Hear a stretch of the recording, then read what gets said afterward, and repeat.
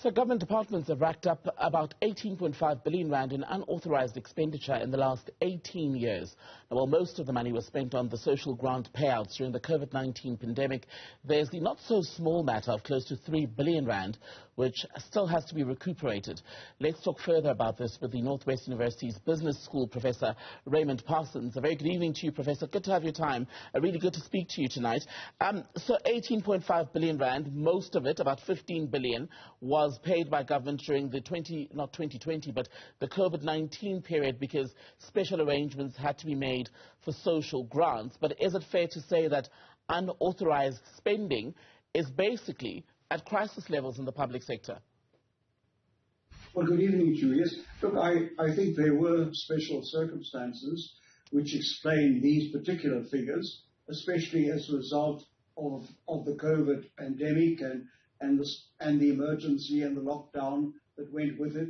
So I think one must understand those special circumstances. But nonetheless, I think one must at least pause and say, look, whether it's the Auditor General's reports, whether it's the Parliamentary Committee on Public Accounts, whether it's the National Treasury, there's been a long-standing message that the level of unauthorized spending is simply too high and needs to be brought down. In other words, either there's been overspending or there's been spending on issues that were not authorized. So quite clearly at a time, and we'll come to that in a minute, I'm sure, when we're very concerned about our public finances, it means every rand matters, and every rand that is unauthorized is something that either doesn't go into proper implementation of services, which is another problem area, or it makes the numbers around the public finance look a little worse than they ought to be. Right. And as we're stressing tonight, you and I, Prof, the 15.2 billion rand or so was money, unauthorized spending that resulted, of course, from some of the declarations around the state of disaster from about early 2020. So that can be claimed back, as I understand it, from the National Revenue Fund. But what's problematic, for example, is the spending outside of that, the almost 3 billion rand. Yes, we're talking about a period of almost 20 years, but is it ever justifiable, even within that window, to have close to 3 billion rand of unauthorized spending?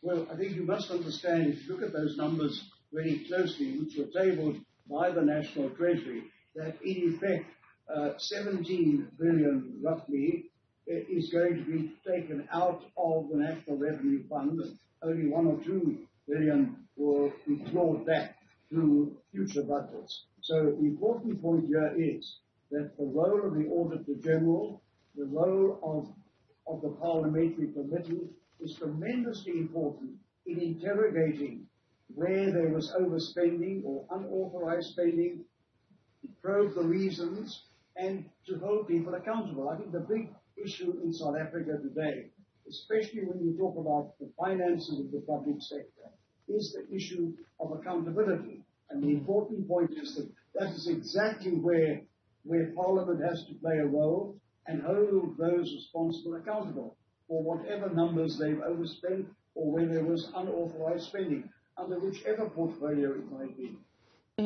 And, for example, what you're talking about, I'm looking now at one of the numbers given out. For example, the other big overspender, as we're told, is the Department of Water and Sanitation. They incurred unauthorized spending of about 686 million rand. But when you read further, it has to do with projects the department launched without a budget.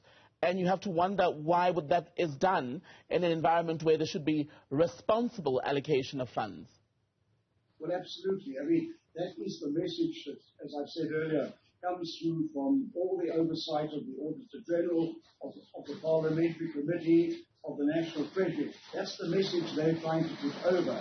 And you must understand that you must see these numbers, as serious as they may be, as being much more important in relation to the medium-term budget, which will come on the 1st of November.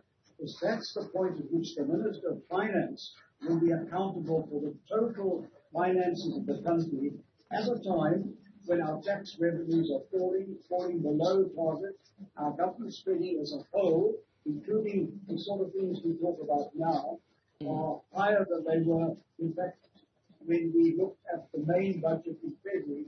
So all this has to come together on the 1st of February, at least on the 1st of November, in order to explain to the country what our public finances are like, where there's been unauthorized spending, what steps will be taken to minimize it in future, and in particular, to go back to what a previous Minister of Finance, you may recall, a few years ago, was extremely worried about the public finances and called them the jaws of the hippo.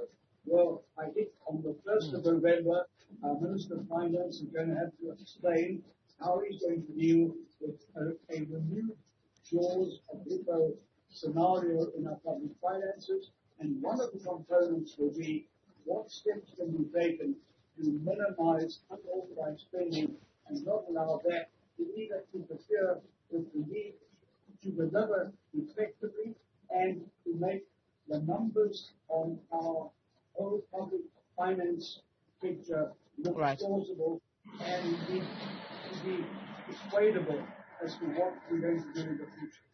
And Professor Parsons, just lastly perhaps, when we look at clawing back some of these funds, those that won't come from the National Revenue Fund, will we ultimately, as South Africans, will we feel the effect of those budget cuts? So ultimately, will it be citizens who suffer to some extent as a result?